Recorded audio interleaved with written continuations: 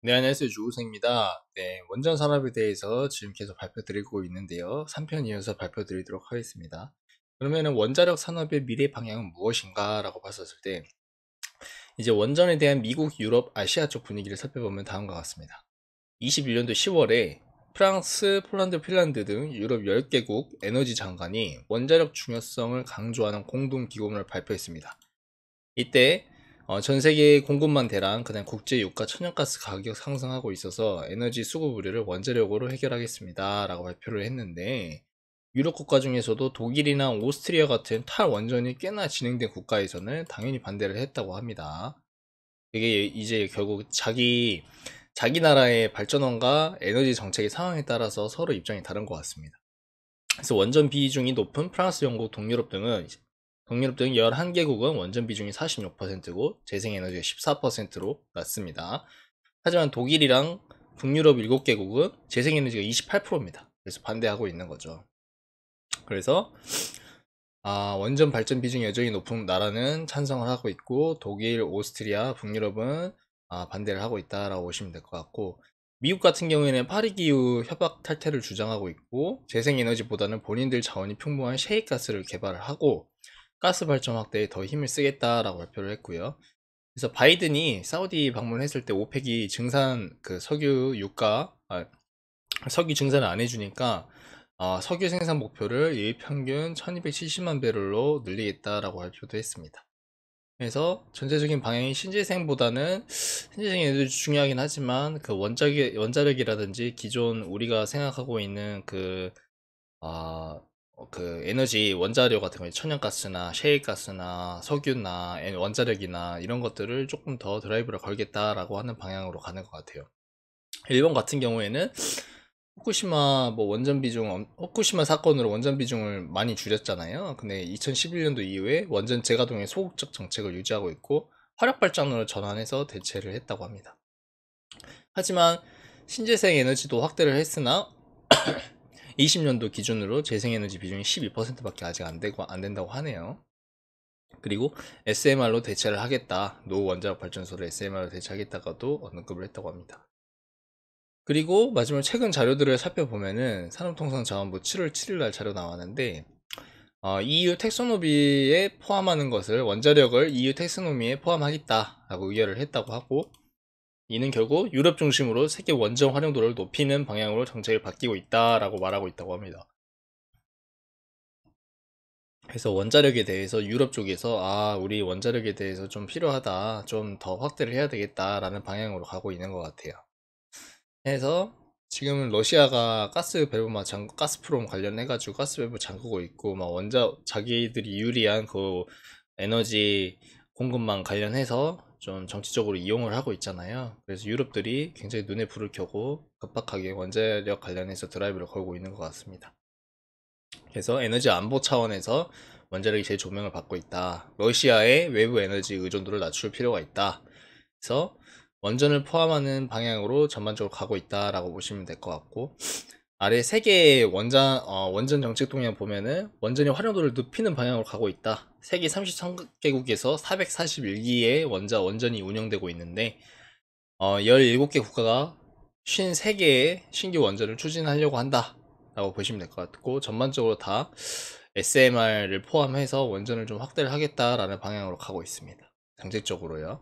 그래서 우리나라도 원전 정책을 감안하면은 원전 수출 기회가 확대될 수 있지 않나? 좀 투자 아이디어로 좀 활용할 수 있지 않나? 라고 기대를 하고 있는 것 같고요. 그래서 한국 원전 홍보를 직접 윤 대통령이 뭐 책자를 직접 전달하는 등 좀 어필을 한 것 같습니다. 최근에 쭉쭉 넘어가도록 하겠고, 그래서 정부 정책적으로도 지금 많이 밀어주고 있습니다. 윤 정부 들어서 가지고요.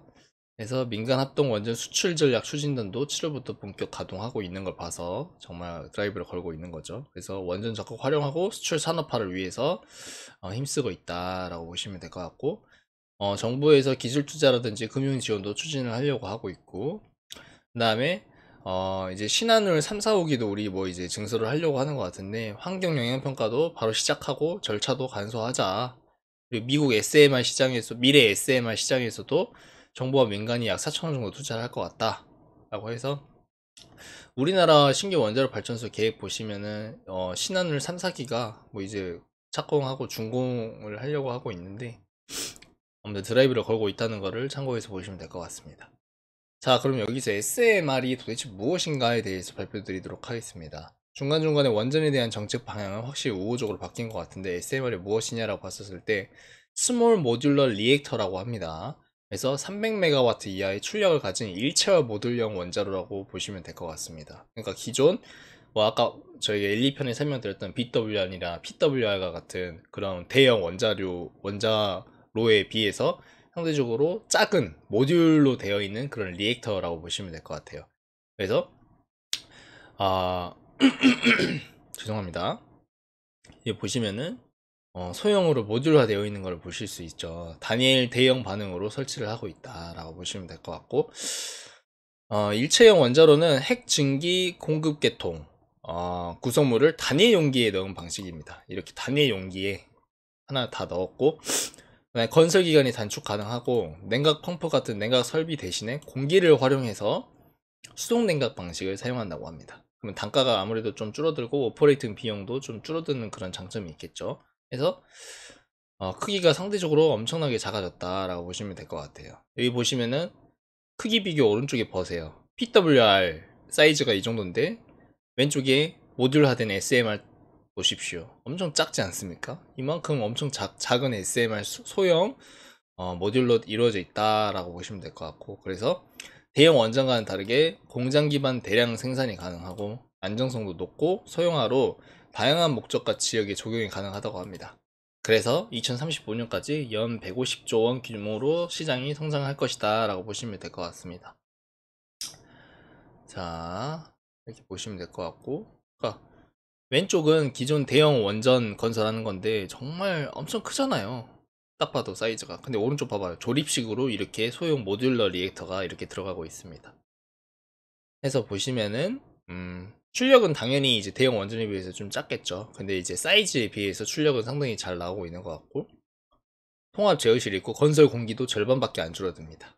당연히 건설비도 줄어들겠죠. 그래서 SMR 시장이 좀 서용화되고 안정성도 높고 그 다음에 활용도가 더 높다 보니까 시장이 계속 커질 것 같다. 연평균 15.8%로 시장이 계속 커질 것 같다라고 보시면 될 것 같고, 그래서 대형 원전과는 다른 특징이 공장 기반 대량 생산이 가능하고 안정성이 높고 소형화로 지금 다양한 목적 지역에 적용 가능하다라고 보시면 될 것 같습니다.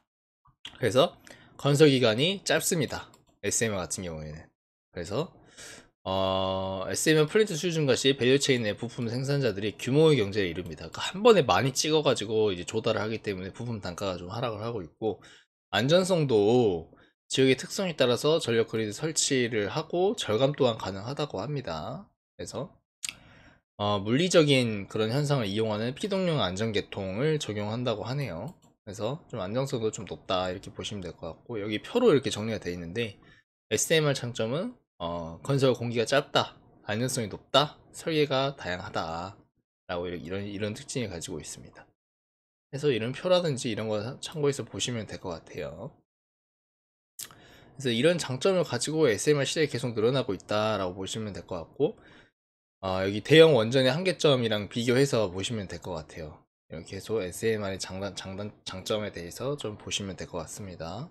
빠르게 넘어가도록 하겠습니다. 여기 보시면은 대형 원전에 비해서 부지 차지하는 것도 절반밖에 안 된다. 사업비도 적고 건설 기간도 절반 이하고 공장 작업 비중이 높네요. 그래서 건설비 리스크가 낮고요. 그래서 대량 생산도 가능하고 뭐 이런 장점이 있네요.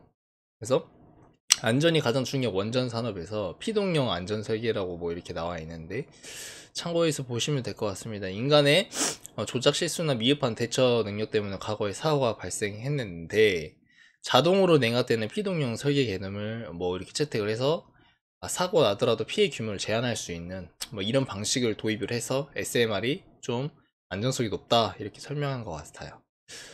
오늘 이거 4편 여기까지 발표를 마치겠고, 좋아요, 구독하기는 영상 제작에 큰 힘이 됩니다. 감사합니다. 다음 편에 이어서 발표 드릴게요.